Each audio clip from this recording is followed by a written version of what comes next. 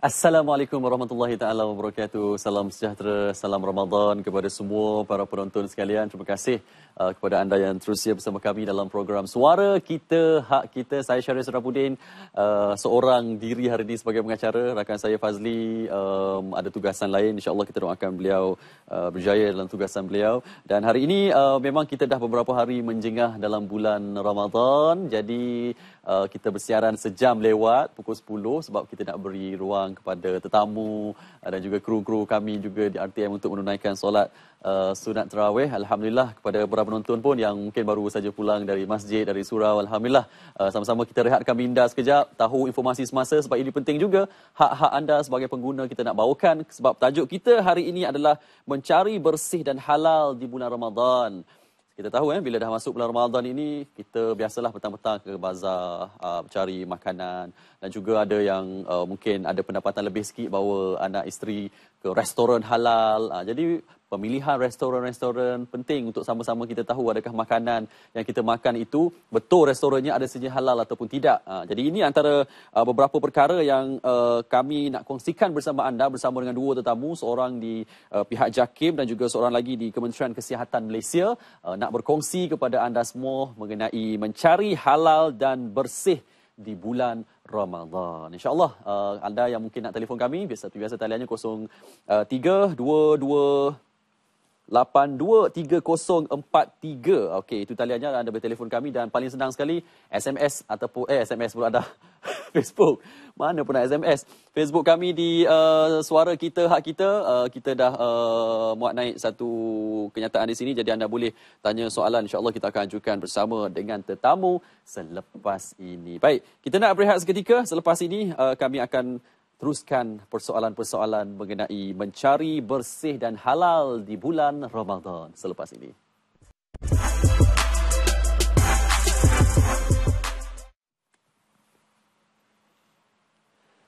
Baik, kembali bersama kami dalam Suara Kita Hak Kita.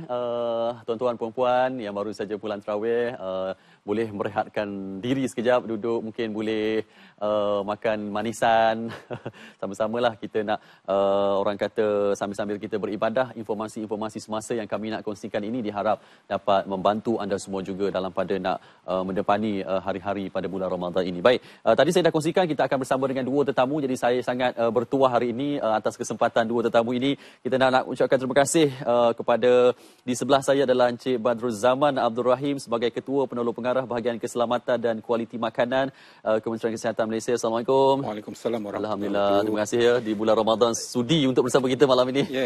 Bagi pihak Kementerian Kesihatan dan Bahagian Keselamatan Kualiti Makanan khususnya, saya ucapkan terima kasihlah di atas kesudian penerbit rancangan ini menjemput saya hadir ke dalam rancangan inilah untuk berkongsi sedikit maklumat tentang mencari yang bersih dan halal dalam bulan Ramadan ya. Amin. Okey, baik, dan di sebelahnya kita ada Tuan Muhammad Fakhruddin Mas'ud sebagai Ketua Penolong Pengarah Cawangan Pengesahan Halal Bahagian Hub Halal JAKIM. Assalamualaikum. Waalaikumsalam warahmatullahi wabarakatuh. Lama tak main Ada. 2 tahun lepas ke bila? Betul, lebih kurang lah 3 tahun lepas. Isu Cadbury dulu kan? Betul. Allahu akbar. Alhamdulillah sekali lagi bersama kita pada malam ini. Terima kasih banyak. Alhamdulillah. Okey, baik. Siapa dulu ni? Mungkin boleh start dengan kesihatan dulu kot, sebab penting Tuan, bila kita cakap pasal bulan Ramadan ini, orang kita ni tak boleh lari lah daripada memikirkan juga mengenai lokasi-lokasi yang nak berbuka puasa kan, nak cari juadah-juadah di bulan Ramadan ini. Setakat ini mungkin kalau di pihak Kementerian Kesihatan, pemantauan kepada kedai-kedai, restoran-restoran itu sendiri dari tahap kebersihannya. Kementerian Kesihatan memang sentiasa menjalankan pemeriksaan ke atas premis makanan yang ada di seluruh negara lah. Bukan saja di bulan Ramadan tetapi juga sepanjang tahun. Tetapi untuk bulan Ramadan kita menjalankan pemeriksaan bermula sebelum Ramadan lagi. Sebelum Ramadan, di mana kita akan menjalankan pemeriksaan ke atas sumber di mana makanan dihasilkan untuk bazar Ramadan itu. Sebagai contoh, kita pergi memeriksa premis kilang ais, dan juga premis-premis di mana peniaga-peniaga yang telah diberikan lesen oleh pihak berkuasa tempatan menyediakan makanan mereka. Jadi kita menjalankan pemeriksaan sebelum bulan Ramadan bermula. Dan apabila bulan Ramadan telah pun bermula, di mana bazar-bazar Ramadan telah pun beroperasi, kita meneruskan pemeriksaan di bazar-bazar Ramadan untuk memastikan kebersihan gerai-gerai di bazar Ramadan tersebut dan juga keselamatan makanan yang dijual itu sendiri, iaitu makanan itu sendiri. Dan kita menjalankan pemeriksaan ini di bawah kuasa yang diberi di bawah Akta Makanan 1983 serta Peraturan-Peraturan Makanan 1985 dan juga Peraturan-Peraturan Kebersihan Makanan 2009. Jadi itu yang kita lakukanlah untuk memastikan makanan yang dijual di bazar Ramadan adalah bersih dan selamat. Maksudnya sebelum puasa tu pun dah memang dah start dah operasi. Kita dah mula, ya. Alhamdulillah. Dan dari sudut pensijilan pula, kita nak tahu juga Tuan Fakhruddin. Contohnya kalaulah CJ halal ni, adakah semua bazar-bazar food truck itu pun nak kena pamerkan sijil juga ke macam mana? Mungkin kita boleh berikan gambar awal lah. Alhamdulillah.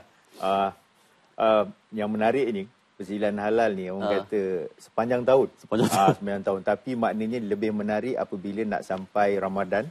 Memang permohonan tu meningkat. Betul. Terutamanya permohonan berkaitan dengan nak mempromosi berkaitan dengan orang kata berbuka puasa lah. Maknanya untuk jamuan berbuka puasa apa semua untuk Ramadan.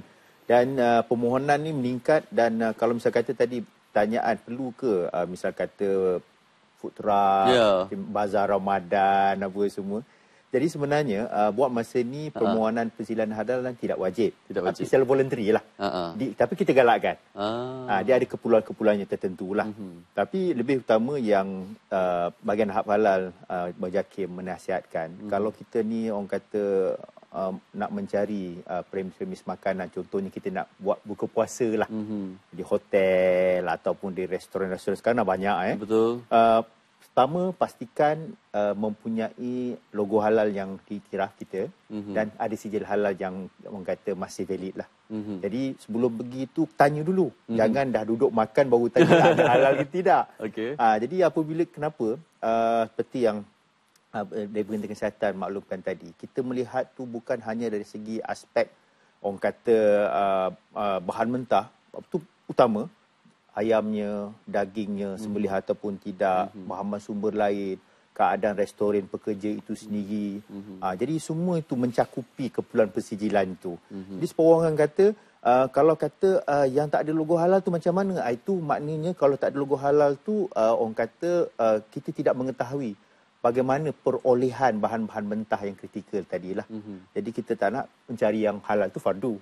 Kan kita dah orang kata satu hari berpuasa, jadi kita tak nak bila kata contohnya sekarang ni bekalan kuih tradisional, kita harus ingat bukan yang seperti yang kita fikirkan, tapi dibekalkan oleh syarikat-syarikat persendirian yang kita tidak tahu.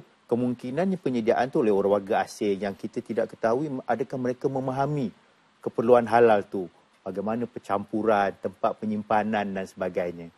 Itu bukan satu cabaran. Jadi pilihan ada pada pengguna, pilih yang punya logo halal, sijil halal yang iktiraf. Jadi itu yang terbaik. Itu yang pandangan saya. Okey, baik. Sebelum saya nak bincang dengan pihak Kementerian Kesihatan, alalang Tuan Fakhruddin dah sebut pasal buffet Ramadan tadi. Kita kena ambil maklum juga dan kena sentiasa ingatkan para penonton. Tahun lepas pun kita pernah bawakan tajuk ini.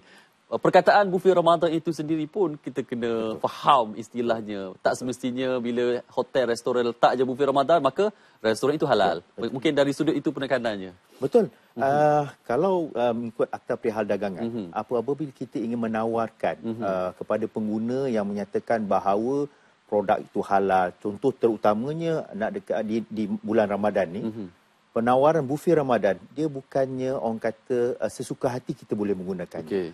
Apabila pihak pemohon ataupun pihak yang ingin menawarkan buffet Ramadan perkataan atau nak tulis kat banner, mereka haruslah mempunyai sijil halal daripada badan yang berautoriti, JAKIM dan juga Jabatan Agama Islam Negeri.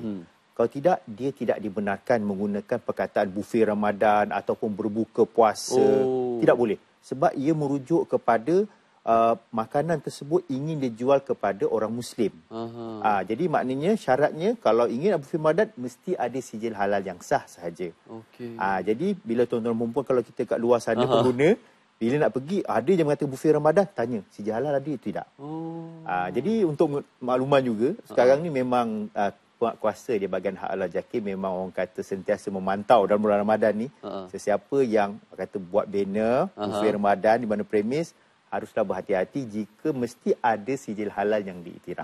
Kalau tidak, mereka tidak dibenarkan menggunakan perkataan buffet Ramadan. Ataupun seangkatan dengannya lah. Okey. Contohnya ayat-ayatnya. Misal kata berbuka puasa tadi kan? Jamuan berbuka puasa. Jamuan berbuka puasa itu pun kena. Iftar. Tak boleh. Selagi ada penggunaan menunjuk kepada Ramadan agama Islam yang berkaitan itu, tak boleh. Kecuali lah kalau dia kata jamuan makanan malam berbeza. Sebab apa bila dia merujuk buffet Ramadan, bila kata buffet tu makanan-makanan yang disediakan tu maknanya seolah-olah mana kita telah mempersijilkan bahawa makanan itu adalah betul-betul menepati keperluan halalan thayyibah. Mana pihak autoriti mengesahkan. Jadi kalau mereka menggunakan tanpa sijil merupakan satu kesalahan. Jadi pengguna cari kalau nak buffet Ramadan pastikan ada sijil halal. Okey, ini bukan saja ingatan kepada pembeli, pengguna, tapi ingatan kepada peniaga. Sebab kadang-kadang kita ni syok tulis promosi dan kita pun tak tahu benda tu salah. Salah sebenarnya kalau kita promosikan buffet Ramadan, perkataan-perkataan seangkatan dengannya. Kalau tiada sijil halal. Kalau ada sijil halal tak ada masalah. Tak ada masalah. Baik. Tadi saya sebut sebagai peniaga. Peniaga-peniaga pun di bulan Ramadan katanya wajib diambil suntikan. Okey. Sebenarnya suntikan anti-typhoid ni wajib kepada semua pengendali makanan. Semua pengendali makanan yang terlibat dalam penyediaan makanan lah. Dan sebenarnya keperluan suntikan anti-typhoid ni kita wajibkan di bawah peraturan 11 dan juga peraturan 30. Peraturan kebiasaan makanan 2009. Di mana di bawah peraturan 11 adalah menjadi kewajipan kepada pemunya, tuan punya atau penghuni. Tuan punya atau pemunya ini merujuk kepada kita panggil toke lah, toke makanan kan. Tapi penghuni itu merujuk kepada sama ada pengurus penyelia yang ada dalam premis makanan itu dalam keadaan tiada toke di kedai tersebut. Contoh dia macam premis makanan yang mempunyai franchise kan. So toke dia tak ada situ, tapi dia ada manager mungkin. So yang itu merujuk kepada penghuni. So pemunya atau penghuni premis makanan mesti memastikan pengendali makanan yang diambil untuk bekerja dengan mereka telah mempunyai sertifikat anti-typhoid, telah menjalani latihan pengendali makanan dan juga telah menjalani pemeriksaan kesihatan. Sementara di bawah peraturan 30 adalah menjadi tanggungjawab pengendali makanan, iaitu orang yang bekerja. Juga dia perlu memastikan diri dia telah mendapat sertifikat anti-typhoid, telah menjalani latihan pengendali makanan dan juga menjalani pemeriksaan kesihatan. Maknanya kalau penguatkuasa kesihatan memeriksa sebuah premis makanan dan didapati ada pengendali makanan yang tidak mendapat sertifikat anti-typhoid, kita boleh compound dua pihak, iaitu pemunya atau penghuni ataupun dalam kita kan toke ataupun mungkin manager ataupun dia yang bertugas itu, dan juga pekerja itu sendiri. Kita boleh, dan tujuan dia untuk mencegah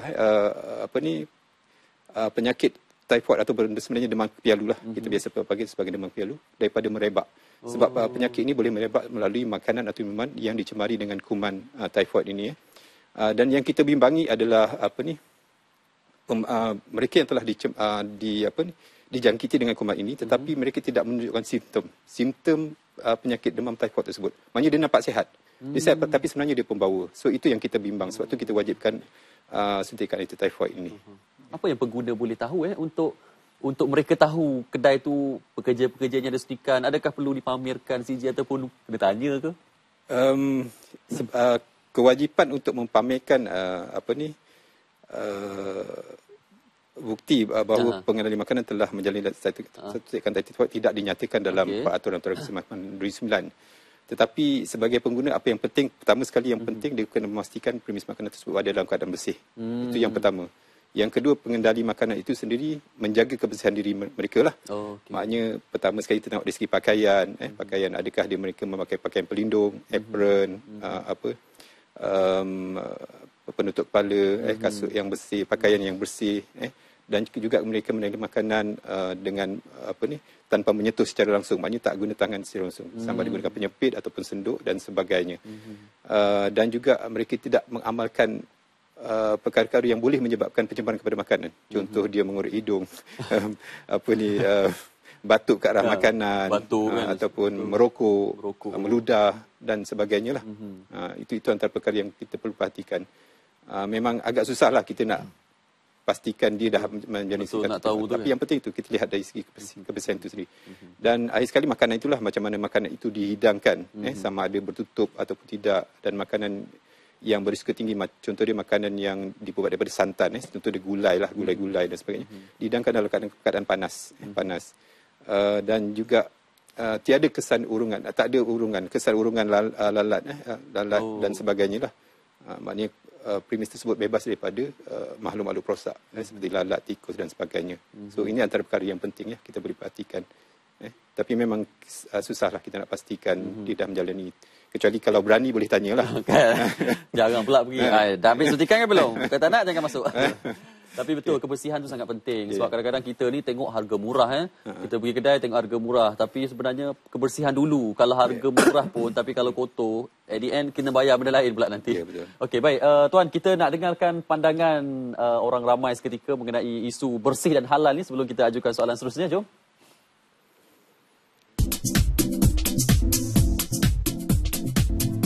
Normally kalau I pergi pasar Ramadan, I lebih particularly like macam kebersihan and harga also lah. Sebab like kita buka puasa, kita tak perlu kena spend too much untuk makan. So I lebih macam like makanan tu setimpal dengan harga dia. And also bersih lah. Kalau tak bersih, kita makan pun buka puasa pun nanti tak tahu kata apa, tak kesihatan tak elok lah kan untuk continue the next day kita nak puasa. Mula-mula kita tengok suasana. Suasana tu kalau bersih kita akan pergi. Keluarnya kita akan tengok kualiti makanan yang dijual lah. Mana kita nampak berkualiti dan nampak sedap, itu kita beli lah. Maknanya the first sekali kita tengok kebersihan, kualiti and harga juga lah last sekali. Rasa semua orang akan bagi keutamaan lah. Maknanya dia akan tengok bersih baru dia akan pergi. Kalau tak bersih tu mungkin dia akan berfikir jugalah untuk pergi. Puasa sebelum ni bila I beli, masa nak buka dia dah basi. Maknanya dia terlampau awal. Mungkin penyediaan tu terlampau awal ataupun pada peringkat penyediaan tu kebersihan tu tidak diberi perhatian yang serius oleh penjual-penjual. Saya suka makan di rumah. Untuk bazar ni untuk buat tambahan-tambahan sikit lah. Seperti kuih, ayam percik dan sebagainya lah. Kebersihan tu di bazar ni sekarang ni not bad lah. Kira okey di hari pertama hingga ke 10. Dan hari yang berikutnya saya tak nampak lah lagi benda yang tak bersih ke apa kan. Saya rasa bazar Ramadan ni memang bersih lah. Kita akan tengok jugalah kebersihan sebab takut nanti keracunan makanan kan. Bagi saya, bagi para penjual harus menjaga kualiti makanan yang kita jual tu bersih dan halal. Harga berpatutan dengan ekonomi sekarang. Saya harap efek ni akan membantu. Jangan kita lebih-lebih lah dengan membazir lah. Okey, itu dia. Halal dan juga bersih itu sangat penting. Tapi saya suka komen tadi kata suka makan kat rumah. Kan, makan kat rumah. Sebab biasanya kalau bulan Ramadan, tak silap saya, pejabat-pejabat swasta ke kerajaan tu awal sikit kan. Boleh balik awal. Sempatlah masak. Itulah lagi elok sebenarnya. Baik, berbalik kepada Jakim. Kalau tadi Tuan daripada Kementerian Kesihatan berkongsi mengenai kebersihan. Di peringkat pensijilan itu sendiri, bagaimana kebersihan itu betul-betul dipantau? Sebab ada setengah tu dapat sijil tu bersihlah, tapi lepas dapat sijil tu dah tak jaga. Terima kasih. Sebenarnya dalam kriteria untuk memperoleh pensijilan halal Malaysia ni, dia dalam manual prosedur tu dia memang jelas. Dia maklumkan bahawa pertama memang telah bahan mentah tadi menepati syariah, ayam, daging, sembelihan dan sebagainya. Dan termasuk satu lagi konsep dari segi tentang kebersihan.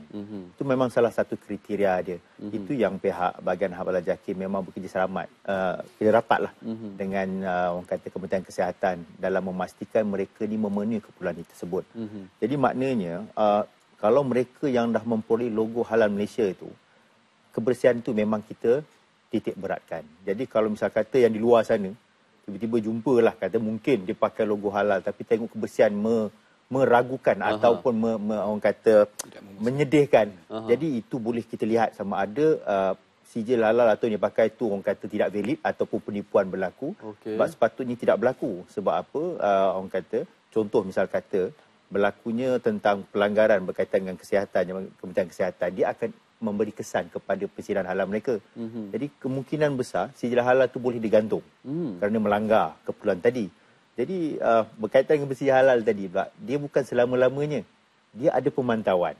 Maknanya selepas mendapat pensijilan halal tu dia ada pemantauan. Misal kata dilanggar syarat-syarat yang keperluan tadi, termasuk juga kebersihan yang dikuatkuasa oleh Kementerian Kesihatan, sijil mereka boleh digantung dan kalau didapati benar, boleh ditarik balik. Jadi maknanya mereka yang benar-benar ingin memenuhi keperluan pensijilan tadi memang kena keperluan-keperluan tadi diikuti. Jadi maknanya apa yang membezakan sebab orang tanya, kalau misal kata kita beli dekat makcik tu, misal kata dia tak ada sijil halal, adakah haram? Tidak. Tidak, kita tidak menyatakan dia tidak halal. Tapi tidak menepati pensijilan Malaysia. Jadi dalam pensijilan tu ada perkara-perkara lain, orang kata dari segi macam mana penyediaan makanan tersebut untuk keperluan syariah tadi, termasukkah juga keperluan tentang tadi kalau misalnya sahabat saya misalnya suntikan anti-typhoid, maknanya kalau tak ada pun dia tak akan dapat pensijilan halal. Itu yang kita tekankan. Jadi maknanya bila yang ada pensijilan halal itu, semua kedua-dua perkara tadi, halal dan thayyibah itu dah dipenuhi. Itu sebab mengapa bahagian halal JAKIM kita mempromosikan cari yang premis-premis ataupun produk makanan yang disediakan yang mendapat pensijilan halal Malaysia. Maknanya kedua-dua itu terjamin. Jadi maknanya kalau misal kata keraguan yang berlaku, contohnya misal katalah pengguna dapati ada keraguan pergi ke premis, betul ke sijil halal ni? Jadi sebenarnya skala interaktif sekarang alhamdulillah kita pun ada FB kita, just dekat Facebook tu bahagian hub halal JAKIM. Maknanya terus start, maknanya ambil gambar terus, kita terus live. Jadi maknanya misal kata kadang-kadang ada juga pertanyaan pukul 11 malam, 12 malam. InsyaAllah kami memang ada tim orang kata ICOM kami akan menjawab persoalan tersebut. Walaupun dia kata esok kami jawab, tapi ada kita jawab. Jadi maknanya sekarang pengguna misal katalah, dia kata dulu saya ingat lagi dia akan call. Betul ke restoran CAA ni ada sijil halal? Sekarang ni tuan-tuan dan perempuan just ambil FB, tangkap gambar live terus, kita boleh verify terus di dalam sistem. Jadi mengatakan ini memang pemegang ataupun bukan pemegang. Dan mana-mana premis makanan yang memang ada pensijilan halal, dia akan diberi satu poster.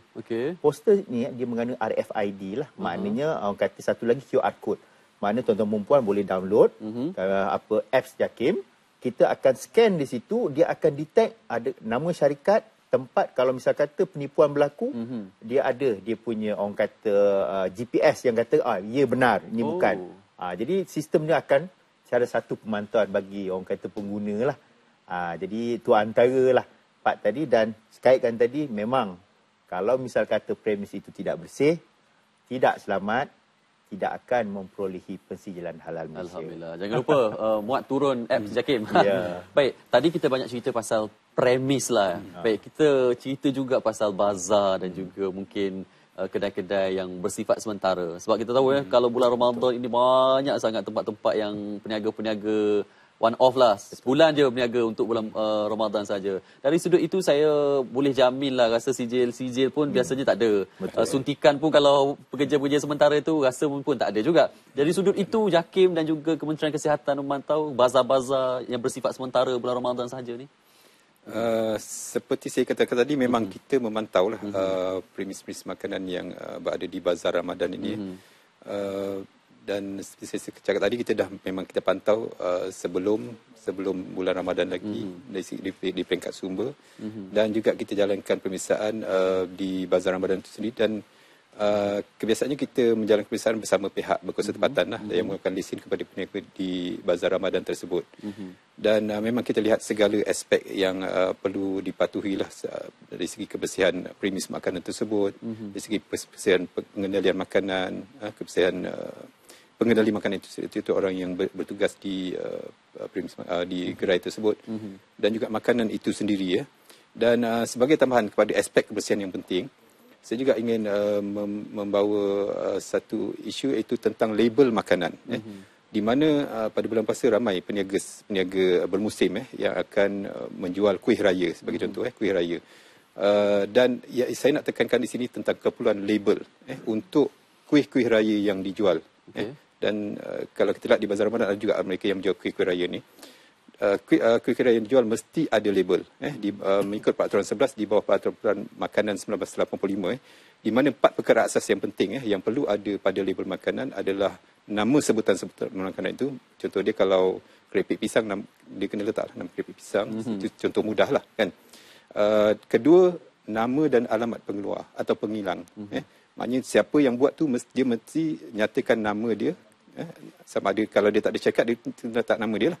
Dan alamat dia. Okey. Kalau syarikat, dia letak nama syarikat dan alamat di mana makanan itu dihasilkan.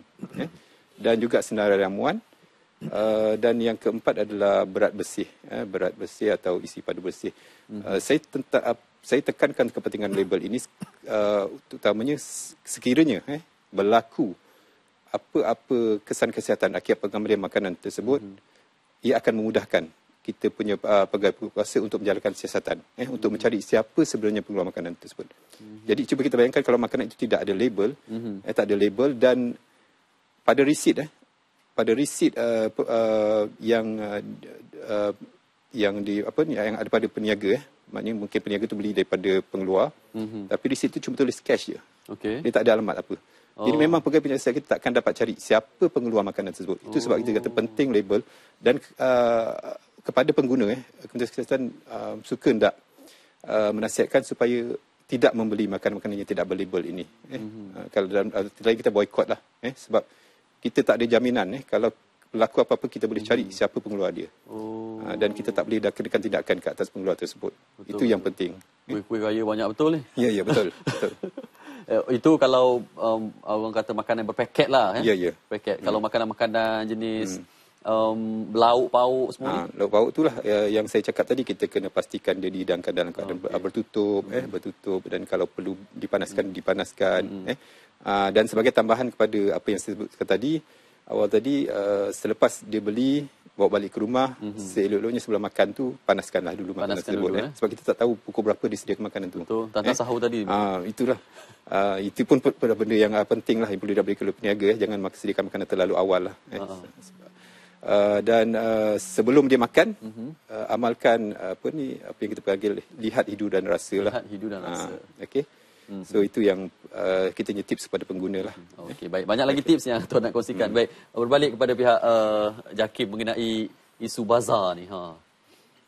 Isu bazar ni, ada pertanyaan bagaimana ke arah macam mana kita nak pensijilkan yang pengusaha bazar. Jadi dia punya cabarannya sebab dia bermusim. Ya. Tapi walau bagaimanapun, kita dapati yang macam seperti sahabat saya ceritakan tadi, produk yang mereka jual ni ada yang berpaket. Macam kuih raya, keripik pisang. Kadang-kadang kita harus ingat yang jual air tu, yang banyak tu kan, kadang bukan dia yang buat. Dia ada mengambil di kilang. Kilang yang membuat air itu sendiri. Jadi yang kilang ni termasuk juga misal kata macam ayam goreng mungkin dah frozen, dia goreng balik, pau dan sebagainya. Jadi sebenarnya contohnya kalau misal kata lauk pauk tadi, kalau misal kata yang menyediakan ada catering. Tapi catering ini berdaftar. Maknanya dia ada berpusat dan dia juga ada mendapat pensijilan. Memang ada. Jadi mungkin maknanya tadi misal kata yang kuih biskut tadi yang ada pensijilan, memang ada logo halal di situ. Maksudnya pau frozen dan sebagainya. Mungkin juga yang kuih lauk pauk tadi dibuat di orang kata catering yang memang dia di tempat dia memang ada pensijilan. Tapi dibawa ke situlah. Jadi maknanya tapi mereka tidak boleh guna logo halal sebab apa, dia melibatkan premis dan sebagainya. Ini merupakan satu orang kata apa yang berlaku di Bazar Ramadan. Tapi yang terbaik tadi, kalau misal kata kita meragu, kita boleh tanya dengan penjual sebenarnya. Contoh macam kuih tadi apa semua ni ada ke pensijilan? Sebenarnya mereka ada. Dia akan maklumkan lah dan sebagainya. Cuma dia tak boleh pamerkan sebab apa? Buat masa ni kita tidak beri pensijilan pada bazar. Tapi insya-Allah saya rasa maknanya kita lihat kalau misalkan ada keperluan, contohnya kita bekerjasama dengan orang kata pihak berkuasa tempatan, kita akan duduk macam mana kita boleh persijilkan. Jadi merupakan ke arah kebaikan lah. Jadi maknanya kita dapat orang kata kebaikan tu sebanyak mungkin. Bersih, dapat persijilan halal dan kata selamat produk tu dimakan. Betul. Jadi itu yang terbaik lah. Boleh membuatkan pengguna tak ragu-ragu lah kan. Betul. Okey, baik. Kita nak berhenti rehat seketika. Mengah Kita boleh terus seketika. Selepas ini ada banyak lagi persoalan yang nak kita ajukan kepada tetamu kita. Jumpa selepas ini.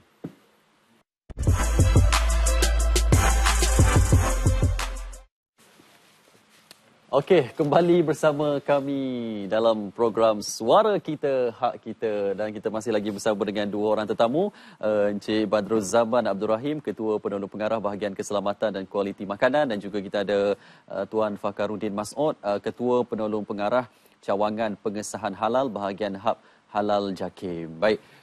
Tadi kita banyak bercerita pasal premis, pasal bazar. Kalau di pihak JAKIM sendirilah, apa lagi mungkin perkara-perkara yang pengguna perlu tahu bila kita masuk bulan Ramadan, bila kita nak beli makanan, bila kita nak masuk premis, selain pada segi halal saja, mungkin perkara-perkara kita beri perhatian jugalah. Ya, jadi memang yang utamanya, misal kata kalau kita pergi, misal kata bukan kita hanya melibatkan bazar tadi. Yang kita kata tadi ada pengguna cakap, dia suka masak sendiri ke rumah. Jadi konsep dia sama. Okay. Bila katakan dia pergi ke pasar raya ataupun pergi ke kedai dan seruncit dan sebagainya, apa yang harus mereka lihat? Contohnya misal kata dia memberi, orang kata, sekarang kan kanak-kanak dia suka makan orang kata yang berkait dengan cheese, kadang-kadang mashed potato, fries dan sebagainya kan. Kita harus ingat, di antara produk-produk ni macam cheese tersebut, dia merupakan kalau kita ikut dia produk yang syubhah. Okay. Kalau misal kata dia tidak mempunyai apa-apa logo halal. Sebab apa? Dalam pembuatan cheese ni, walaupun katakan daripada susu pun, tapi sebenarnya bahan untuk mengentalkan atau membuat cheese ni dibuat daripada orang kata enzim yang diperolehi daripada perut haiwan. Contohnya perut lembu lah. Jadi kita harus lihat adakah haiwan tu sembelih ataupun tidak ke pulau tersebut. Itu pentingnya baca label. Sama juga misal kata kita beli produk-produk yang import tadi, misal kata mashed potato, tengok emulsifier dan sebagainya.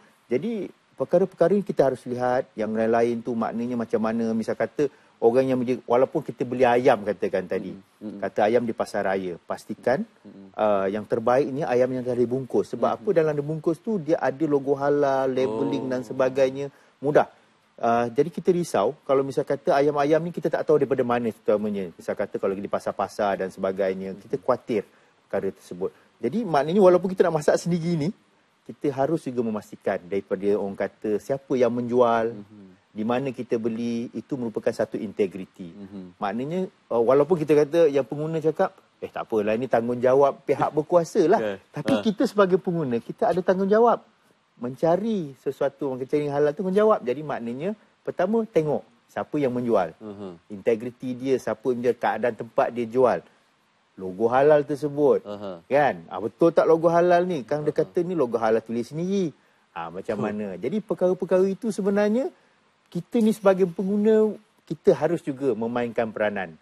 Jadi sama jugalah macam isu-isu viral dan sebagainya tu, kita kata ada konsep di Hub Halal JAKIM, semak sebelum sebar.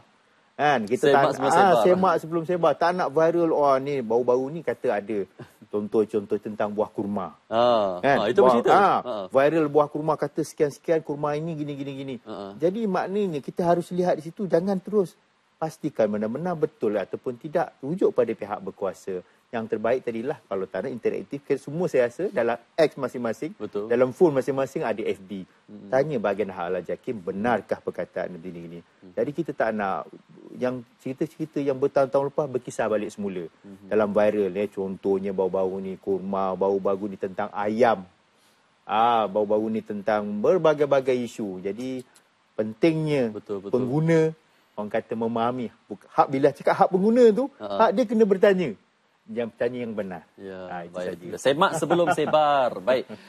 Kita ada seorang pemanggil di talian ketika ini, Cik Yazid, tak silap saya. Hello. Assalamualaikum Cik Yazid. Ya, okey. Saya ada soalan sikit berkenaan dengan isu dalam bulan Ramadan ni lah. Okey, sila. Dia lebih daripada aspek kesihatan.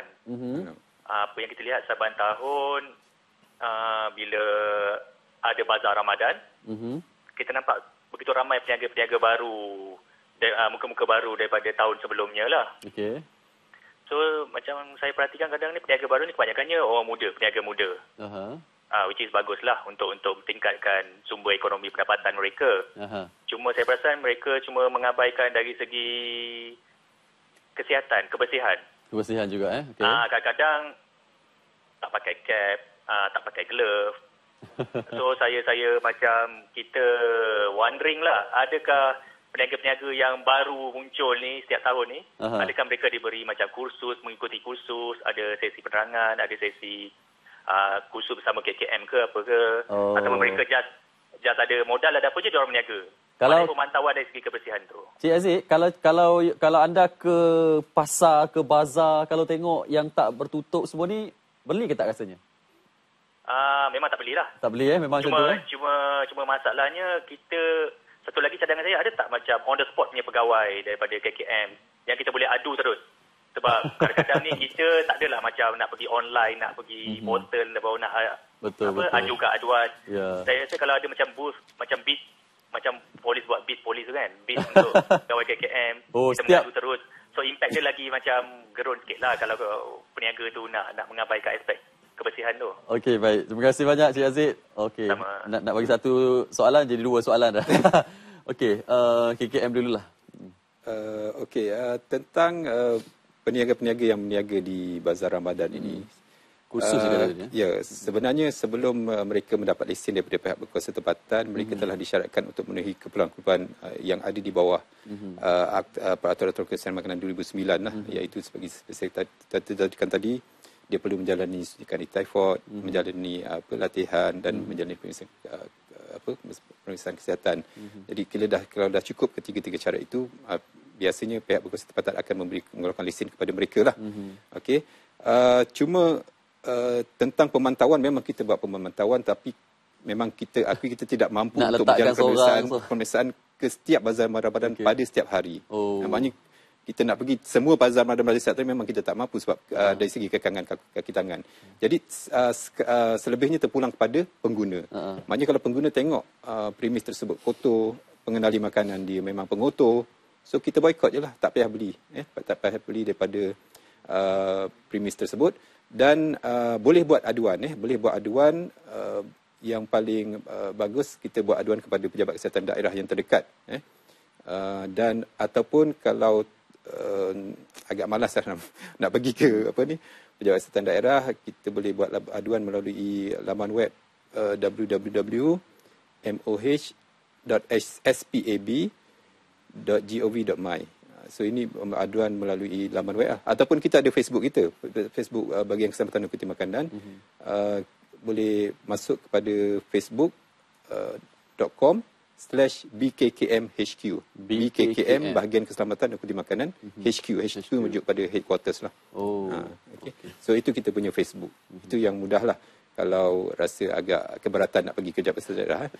Tapi betul, kalau kadang-kadang orang kita ni kan nak kalau boleh seorang satu gerai lah. Sebab malas nak buat aduan, malas nak pergi. Sedangkan ia perlu dilakukan oleh pengguna. Di pihak JAKIM sendiri pun nak letak seorang-seorang jaga, memang tak mampu. Tak mampu. Berkuasa. Okey. Baik, kita nak dengar sekali lagi pandangan orang ramai mengenai isu bersih dan juga halal. Jadi jom kita dengar.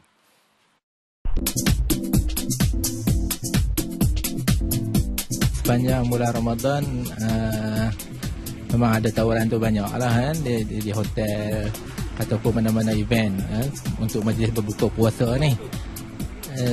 Dan untuk sepanjang bulan puasa ni, berdasarkan pada tahun lepas tu kerap jugalah kan, dipanggil berbuka di hotel.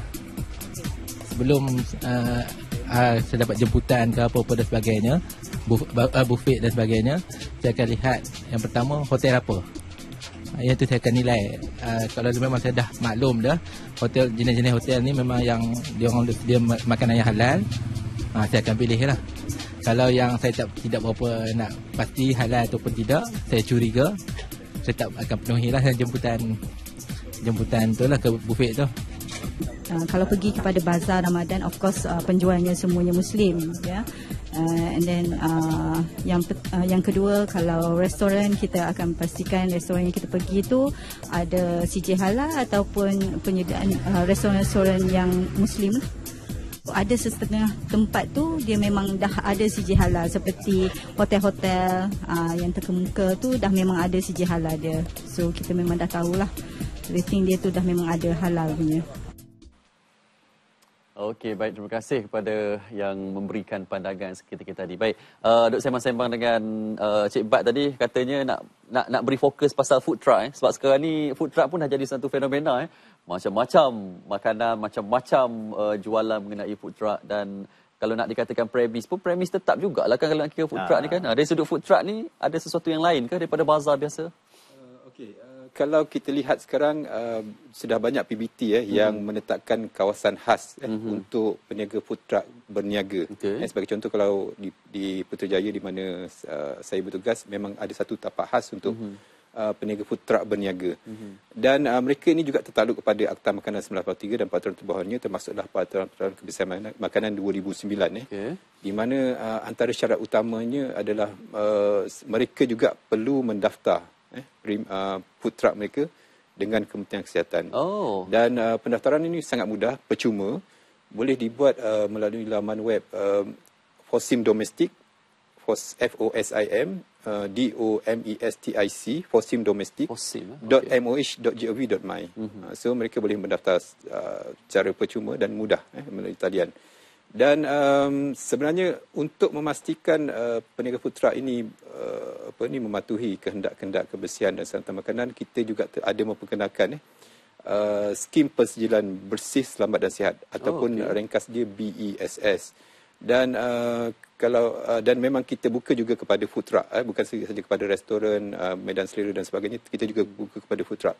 Dan kita sangat malu-alukanlah kepada peniaga-peniaga makanan yang beroperasi melalui food truck ini untuk memohon persijilan BESS ini, sebab ini bukan saja untuk memastikan mereka dapat mematuhi kehendak-kehendak kita, tapi juga sebagai satu insentif untuk memberi keyakinan kepada orang ramai bahawa makanan yang disediakan adalah bersih dan selamat. Food truck diberi persijilan bersih. Yes, tapi dia voluntary lah. Bersih, selamat dan sihat. Tapi kita memang galakkan. Baik. Saya nak tanya Cik Fakhruddin pasal peralatan, tapi sebenarnya kita nak ambil pemanggil lama menunggu di talian. Puan Zaleha, Puan Siti Zaleha dari Sabah. Assalamualaikum. Waalaikumsalam. Ya, Puan, terima kasih panggil daripada jauh. Okey, boleh tanya soalan kepada tetamu kami? Okey, macam ni. Yalah, mengikut pengalaman kan. Kadang kita pergi bazar Ramadan ni, kita tengok makanan tu macam elok je. Tapi bila balik rumah, kita tengok makanan tu ada yang basi. Lepas tu macam dari segi kebersihan lah yang terutamanya kan. Jadi ada tak cara-cara yang boleh kita buat untuk buat aduan dan juga melalui website lah contohnya. Ada tak cara-cara tu? Okey, baik. Terima kasih. Puan pernah beli ke yang basi? Pernah terbeli? Dah mengikut pengalaman lah ni yang saya cerita ni. Memang pernah, ya Allah Akbar. Kita rasa macam tertipu lah. Lepas beli tu, tak pergi kedai tu balik cakap, awak jual semalam basi lah. Kita akan cakap lah. Kita akan bagi tahu lah. Tapi itulah dari segi, mungkin dari segi penjual tu, mungkin orang akan tak jual lah tu. Tapi dari segi kita nak mengadu dengan pihak-pihak yang berwajib lah. Baik, betul. Terima kasih Puan Siti Zaleha. Terima kasih. Assalamualaikum. Waalaikumsalam. Betul, kadang-kadang tengok kat kedai cantik, elok, beli-beli basi. Jakim kot. Okey. Kaitan dengan perkara tersebut, tu yang kata apa yang mendapatkan persijilan halal Malaysia tu. Kita bukan lihat hanya dari segi orang kata, yalah, terutama ramuan lah. Ramuan tadi yang Presiden ceritakan tadi, bahan mentah dia, kalau yang berkaitan dengan daging ni mesti orang dapat dari rumah sembelih yang kita iktiraf. Bahan-bahan mentah mestilah segar, yang tak boleh orang kata yang nak rosak, nak expired, nak murah dan sebagainya. Kita juga lihat dari segi, bila cakap dengan keadaan basi tadi, kita lihat dia dari segi peralatan dia. Peralatan dia maknanya tempat pemotongan, tempat penyediaannya, ada pengasingkan dan sebagaimana.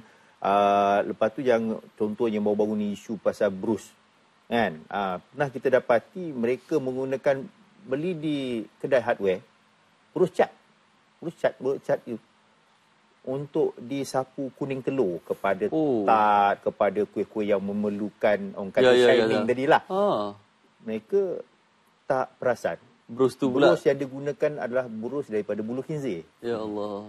Jadi pernah berlaku yang kita lihat penggunaan tu dibekalkan pula kepada hotel-hotel nak berbuka puasa. Tapi nasib baiklah hotel tu tak ada persijilan halal. Jadi makna tapi kita merisauwi bahawa orang yang tidak orang kata tidak cakna berkaitan dengan halal nak pilih kalau misalnya kata buffet Ramadan dan sebagainya hadir kepada hotel-hotel sebegini. Jadi berbalik kepada isu tadi. Jadi kita melibatkan utensil, melibatkan keadaan tempat penyediaan tu, adakah percampuran. Contoh kalau saya fokus pada halal tadi, percampuran halal tidak halal. Yang berlaku baru ni dia menyimpan orang kata sausage. Orang kita panggil sausage tu sebenarnya orang kata tidak halal lah. Kalau pernah dengar lapchong. Ini sausage memang dibuat daripada khinzir. Sausage tradisional. Disimpan dengan makanan frozen yang kita consider halal lah. Dia simpan bersama. Walaupun kata-kata, tapi di storage yang sama. Jadi berus tadi untuk utensil. Kadang-kadang ada juga yang pengusaha macam tadi, dia mungkin dia ada restoran, tapi masak di rumah owner. Owner bukan Muslim, menggunakan dapur yang sama nak memasak sup owner. Jadi sup tu juga dihantar kepada restoran tersebut. Jadi restoran tu tengah mohon silah. Jadi kita memang tidak luluskan.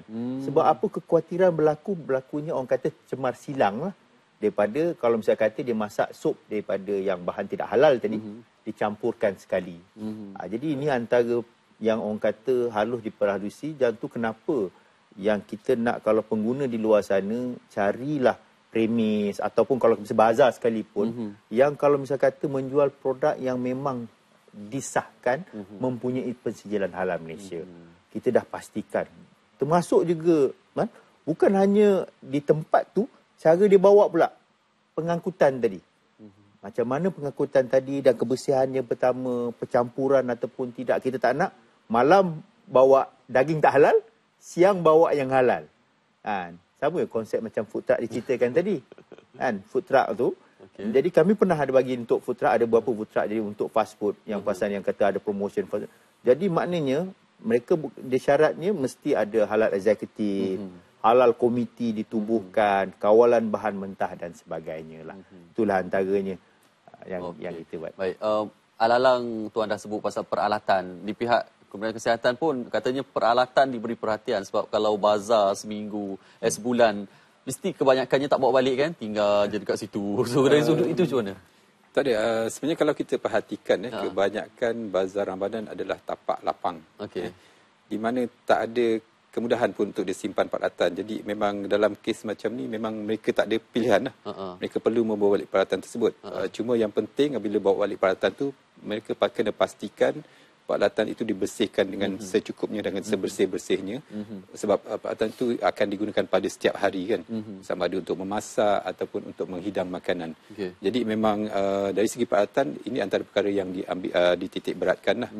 Dan tentang pertanyaan tadi, saya ulang balik lah. Mungkin sebelum tu Puan Saleha tak dengar kot. Kita dah kata bagi mana dapat aduan kan. Talian aduan. Tapi yang mudah, dia boleh pergi kepada pejabat kesihatan daerah yang paling hampir.